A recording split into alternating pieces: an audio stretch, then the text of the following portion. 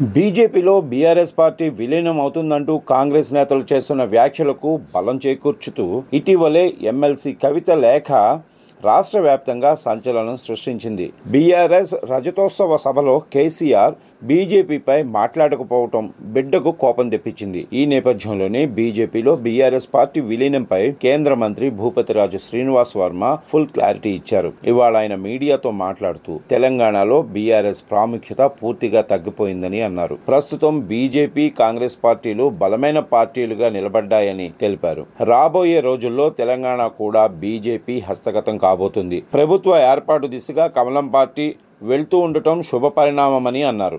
మరో సంవత్సర కాలంలో బీఆర్ఎస్ నేతలు, కార్యకర్తలు పెద్ద ఎత్తున బీజేపీలో చేరటం ఖాయమని జోస్యం చెప్పారు. గతంలో కాంగ్రెస్ పార్టీలో పీఆర్పీ విలీనమైందని గుర్తు చేశారు. రాజకీయ మనుగడ కోసం తీసుకునే నిర్ణయాలు ముందుగానే ఊహించలేమని, ఏదైనా సాధ్యమేనని చూస్తూ ఉండనని ఈ సందర్భంగా కేంద్ర మంత్రి భూపతిరాజు శ్రీనివాస్ వర్మ అన్నారు.